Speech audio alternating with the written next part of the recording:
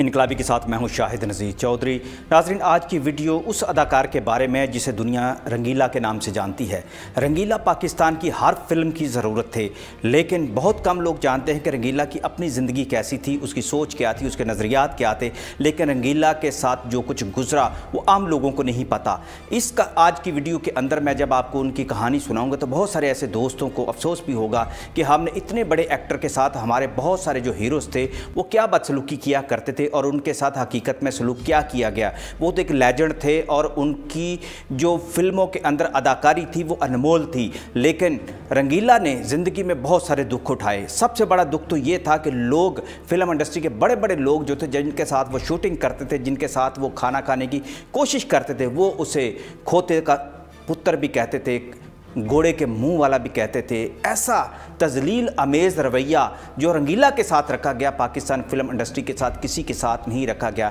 ये वही अदाकार थे कि जब इन्होंने फिल्म साजी शुरू की 69 के अंदर, तो उस वक्त किसी को ये यकीन नहीं था कि ये जिसे वो लोग मस्खरा समझते हैं, जिसे वो घोड़े के मुँह वाला कहते हैं, जिसका मजाक उड़ाया जाता है, जिसे थप्पड़ मार दिया जाता है, जिसे गालियाँ दी जाती हैं और हीरो इसको अपनी जूती के बराबर नहीं समझते, अल्लाह माफ़ करे। लेकिन वही शख्स जब उसने फिल्म साजी शुरू की तो उस वक्त की नामवर हीरोइनों ने यह कहा कि इससे तो बेहतर है हमें मौत आ जाए कि हम रंगीला के साथ किसी फिल्म में एक्टिंग करें। लेकिन ये वही रंगीला था जिन्होंने सबकी उम्मीदों पर पानी फेर दिया और ज़िंदगी में वो किरदार अदा करके दिखा दिया जो किसी के नसीब में नहीं हुआ। रंगीला ने जब अपनी 69 में फिल्म दिया और तूफ़ान बनाई तो किसी को ये यकीन नहीं था कि आने वाले वक्त में यही शख्स जो है पाकिस्तान का बहुत बड़ा अदाकार बन जाएगा और उसके नाम का डंका बजेगा और लोग उनके नाम की तारीफ़ करेंगे और फ़ख्र करेंगे।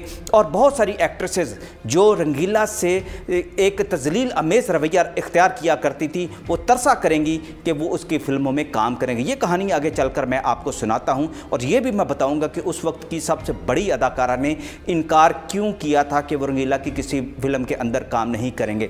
रंगीला बुनियादी तौर पर अफ़गानिस्तान से ताल्लुक़ रखते थे। 1937 में उनकी पैदाइश हुई। उसके बाद वो पेशावर में आ गए। पेशावर के अंदर आकर भी उन्होंने आम मजदूरी की, होटलों के अंदर बैरक के तौर पे काम किया करते थे और ईंटें उठा के लाया करते थे, लकड़ियाँ पहाड़ों से चुनकर लाया करते थे। अपनी रोटी रोज़ी का जो है वो सिलसिला चलाने की कोशिश करते थे। उसके बाद उन्होंने पेंटर का काम सीखा और ये भी कोशिश करते रहे कि वो फिल्मी पेंटिंग किया करें और पोस्टर बनाया करें। ये उनके शौक़ थे। उस वक्त भी लोग उनके साथ मजाक किया करते थे, उनकी तजलील किया करते थे। अल्लाह ताला ने उन्हें जैसी भी सूरत दी थी लेकिन लोगों के लिए वो एक मसखरे की हैसियत रखते थे। रंगीला ने वो बड़ा वक्त जो है कड़ा, इंतहाई तजलील बर्दाश्त करने के बावजूद बड़ी साबित कदमी के साथ गुजारा। लेकिन उनके जो पाए इस्तक़लाल में कोई लग़ज़श नहीं आई। अल्लाह ताला ने उन्हें कामयाब किया। रंगीला जो है वो जब लोग उन्हें दुख दिया करते थे वो अकेले तन्हा बैठ के रोया भी करते थे। ये मैं खुद इस बात का गवाह हूँ, मैंने खुद ऐसी बातें सुनी हैं। मुझे खुद याद है कि जब रंगीला तो पाकिस्तान की फ़िल्म इंडस्ट्री का ताज बन गए थे और उन्होंने 69 में बड़ी कामयाब फिल्म बना ली थी। लेकिन उस वक्त जब 58 में जब उन्होंने फिल्मों में काम शुरू किया तो उस वक्त जब उन्हें छोटे छोटे रोल देकर धत्कार दिया जाता था और आम फिल्म के अंदर भी उन्हें जब रोल दिया जाता था तो ज़्यादातर हीरोइन और हीरो जो है उन्हें काम पर लगा देते थे कि जाओ हमारे लिए चाय लेके आओ, जाओ हमारे लिए रोटी लेके आओ। लेकिन वही एक नगीना था जो आने वाले वक्त में अनमोल हीरा बना।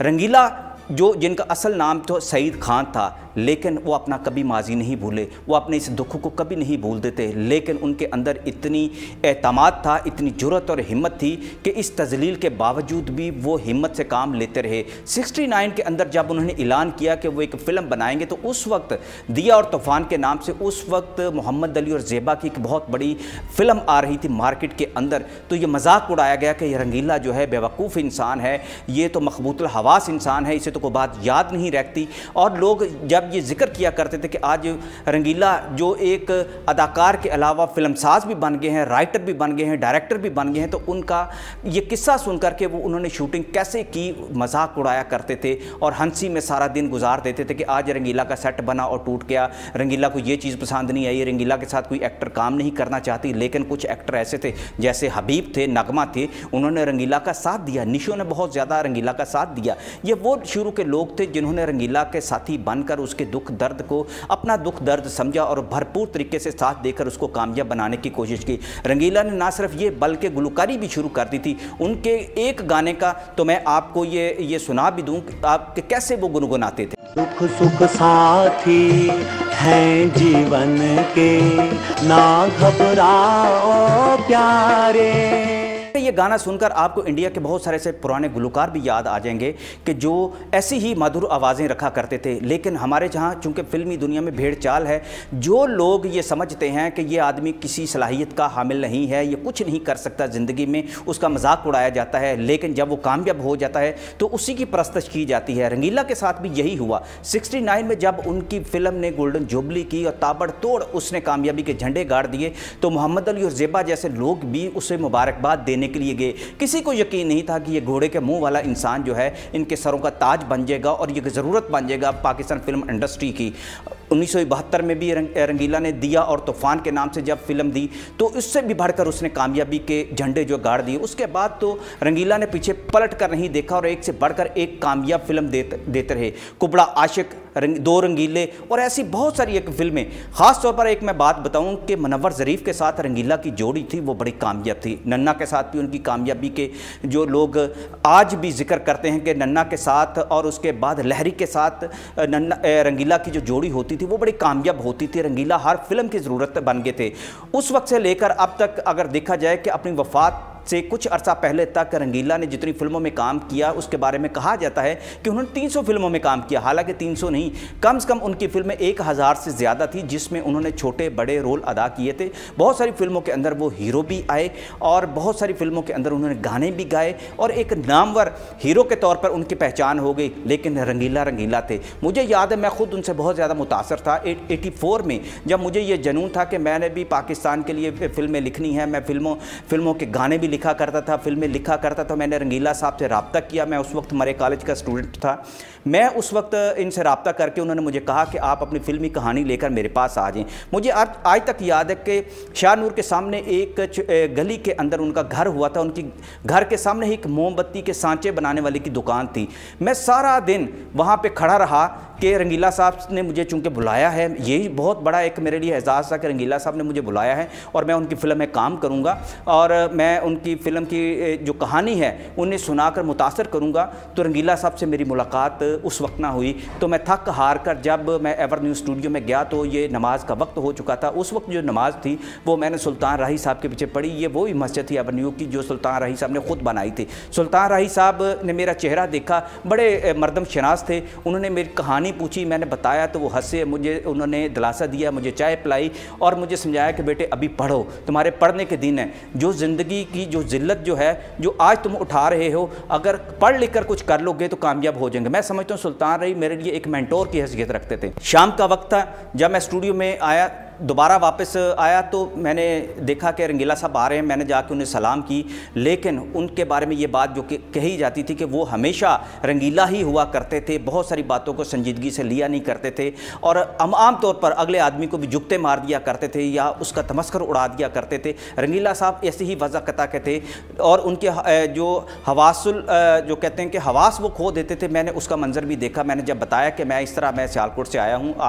आपसे मैंने ख़त किताबत की थी, आपने इस दिन बुलाया था, तो वो बिल्कुल भूल गए और उन्हें बिल्कुल ये बात याद नहीं थी। ना ही उसके बाद उन्होंने मुझे एंटरटेन किया। उसके बाद तो रंगीला साहब से तो मेरी ये मुलाकात होगी पहली ज़िंदगी में जिसने मेरी ज़िंदगी का रुख ही पलट दिया। उसके बाद मैं फ़िल्मों से बहुत दूर हो गया कि मैंने फ़िल्मी कहानियाँ नहीं लिखनी, क्योंकि मुझे ये माहौल और यहाँ के लोग जो रास नहीं आए थे। ये किस्सा मैं आपको इसलिए सुना रहा हूँ कि रंगीला साहब को मैंने खुद अपनी आंखों से देखा और मुझे अभी तक याद है कि उनके घर के सामने जो मोमबत्ती के सांचे वाला एक आदमी बैठा करता था, उसने भी मुझे चाय पिलाई। वो मुझे किस्से सुनाता था कि अक्सर जब यहाँ से रंगीला साहब गुजरते हैं तो कोई ना कोई एक नया लतीफ़ा जो है वो जन्म लेता है। लेकिन लतीफ़ों को जन्म देने वाला यही रंगीला पाकिस्तान का बहुत बड़ा एक अदाकार, हदायतकार, फिल्मसाज, नगमा निगार बना और उसने जो रिकॉर्ड बनाया। रंगीला साहब ने 3 शादियाँ की और उनके 14 के करीब बच्चे थे। अली सुफियान आफाकी जो कि मेरे उस्ताद थे, फैमिली मैगज़ीन के एडिटर थे, मैं उनके साथ असिस्टेंट एडिटर था, वो अक्सर जब ऐसे वाक़यात सुनाया करते थे, उन्होंने ऐसे रंगीला साहब के बारे में भी बहुत सारे वाक़यात लिखे हैं। और आफाकी साहब अक्सर बताया करते थे कि जितने भी बड़े जो है करोफार वाले और प्रोटोकॉल वाले जितने भी हीरो थे वो अक्सर रंगीला साहब को संजीदा नहीं लेते थे। अगरचे वो बड़े फिल्म साज भी बन गए थे, डायरेक्टर भी बन गए थे और उसके बाद उन्होंने नाकामी का भी सामना किया, लेकिन इसके बावजूद वो रंगीला के साथ इतनी